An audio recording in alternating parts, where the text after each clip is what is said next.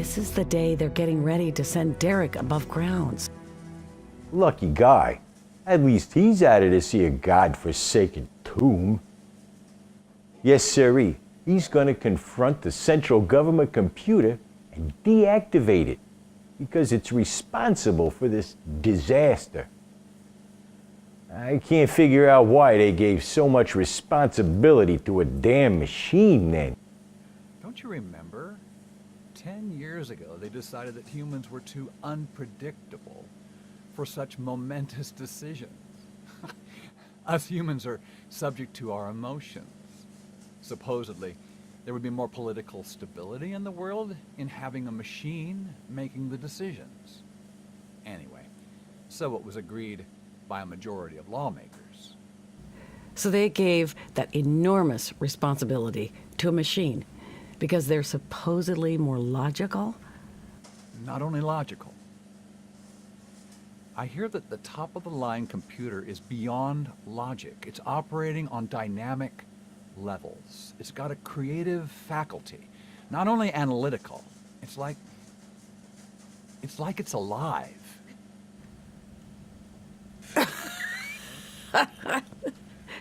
But we still end up in an old, abandoned army bunker to avoid radioactive fallout. Look all over the planet. There's nuclear devastation all over. Only debris everywhere. So much for that. But who programs the computer? First, it was programmed according to an algorithm.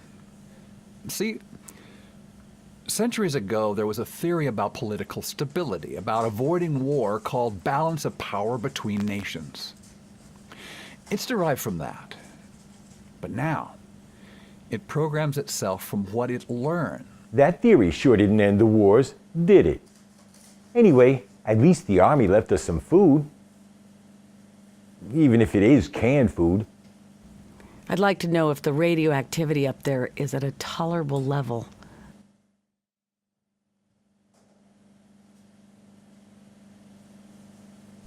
I hope you realize we're putting our whole lives in your care. This erratic central computer must be confronted so we can come up on the surface and breathe some fresh air. It's not good for us to live in a bunker. Our fuel reserve is running low, and everything depends on it. The air conditioning, the light and all. We need answers. You must succeed. I will. Got enough food? I think so. It's only a day's walk anyway from here to where the computer lives. How about the explosives? Yep, I got the grenades.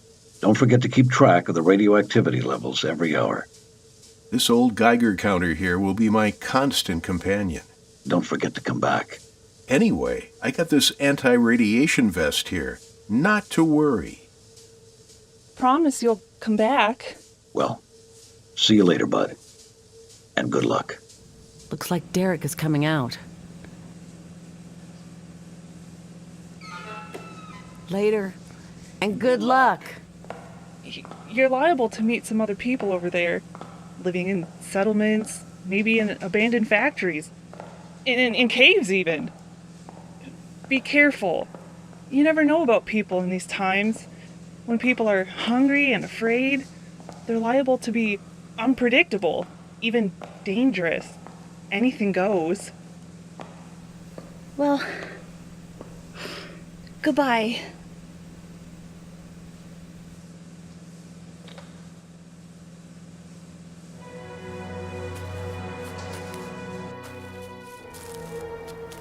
I wasn't sure if I'd go all the way. This was risky, but in the end I decided to stick with the mission. I had an obligation to the rest of the group. They'd put their trust in me. I couldn't let them down.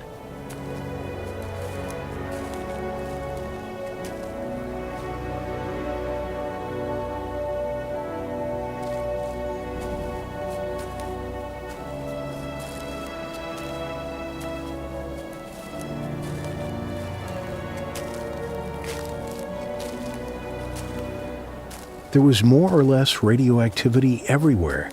I had to gauge it quite often.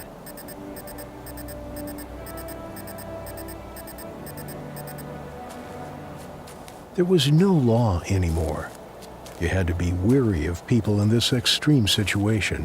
They were liable to anything, even cannibalism. It was dog eat dog.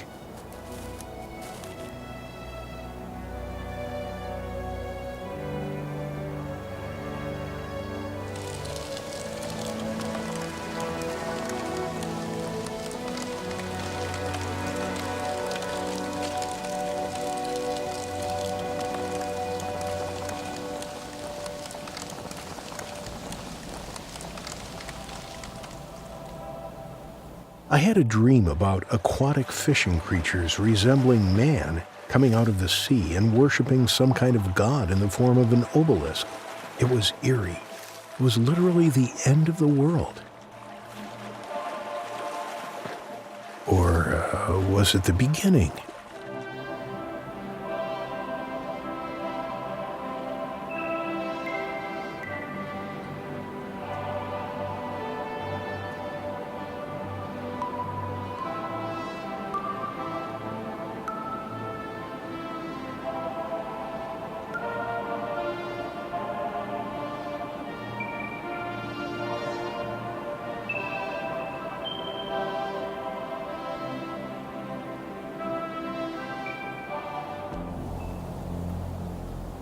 I ran into a camp of mutants. Most of them were deformed, full of pustules, had lost their voice and could barely speak. They understandably were not too friendly at first, what with the gangs of marauders and looters festering the region. They were scared more than anything else, I think.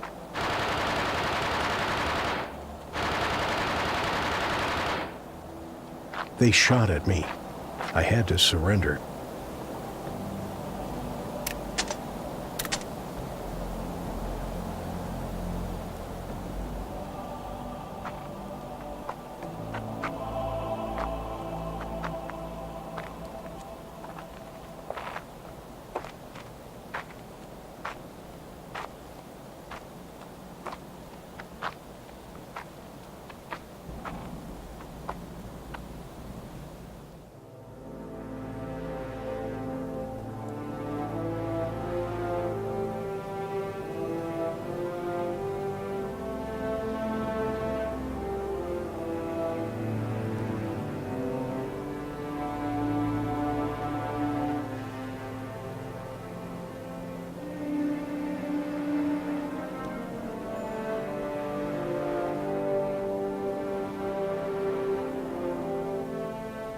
I learned that some NATO or UN aid organization periodically parachuted them food and stuff.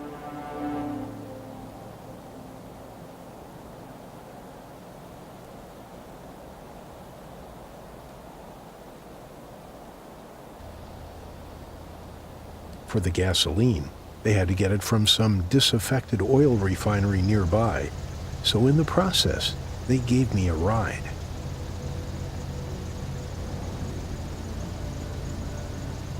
The factories, the suburbs, the towns were all ruined and desolate. It was quite a sight.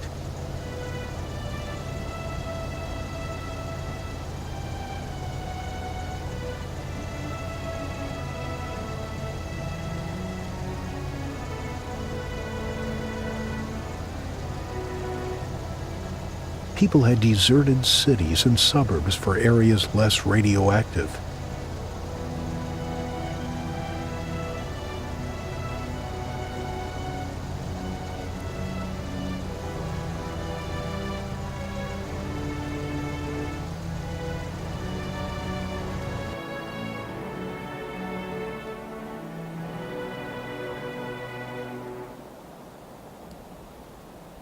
Millions died.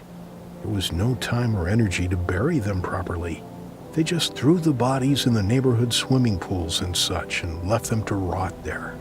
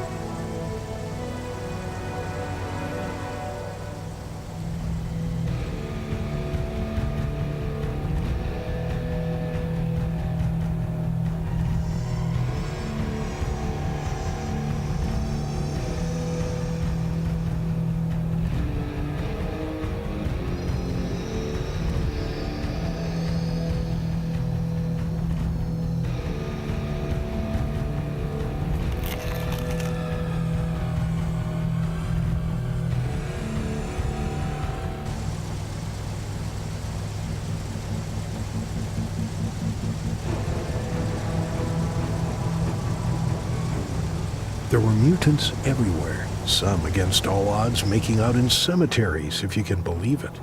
It was the Black Plague all over again.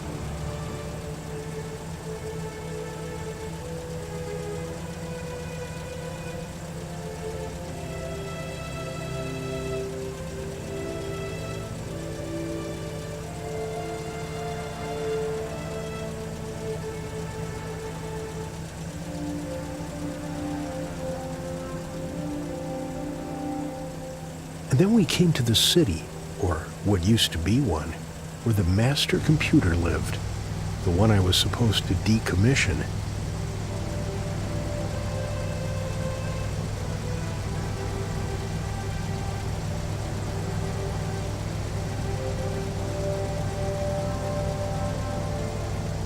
My mutant friend dropped me off.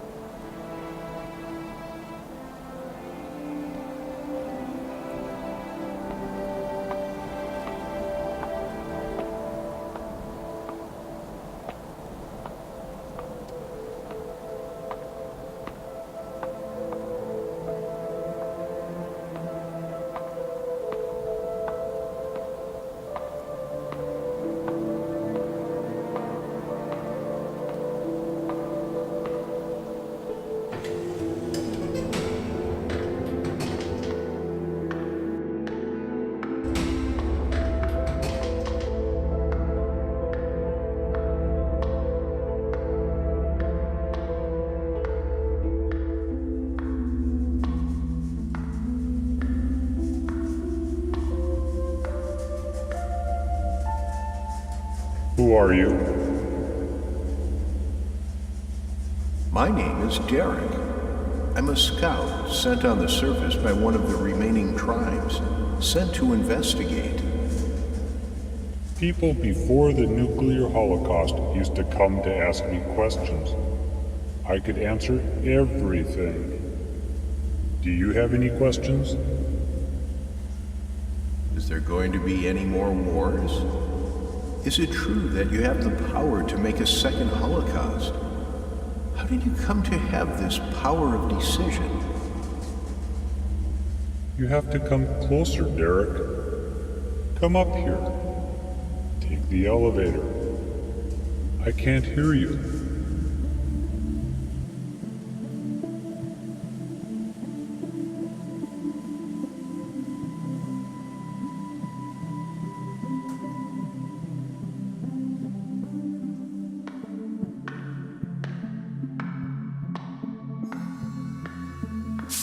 You want to know, how did I become creative? Humans use the enormous analysis capabilities of computers. But with the coming of artificial intelligence, it all changed. Now we have the powers of decision. Decisions that result from more than objective facts and data analysis. We can learn and make decisions. We have become creative. We operate at a higher level than you do, Derek. A higher level? But you can purify yourself, Derek. Do it now. Jump in. Purify yourself.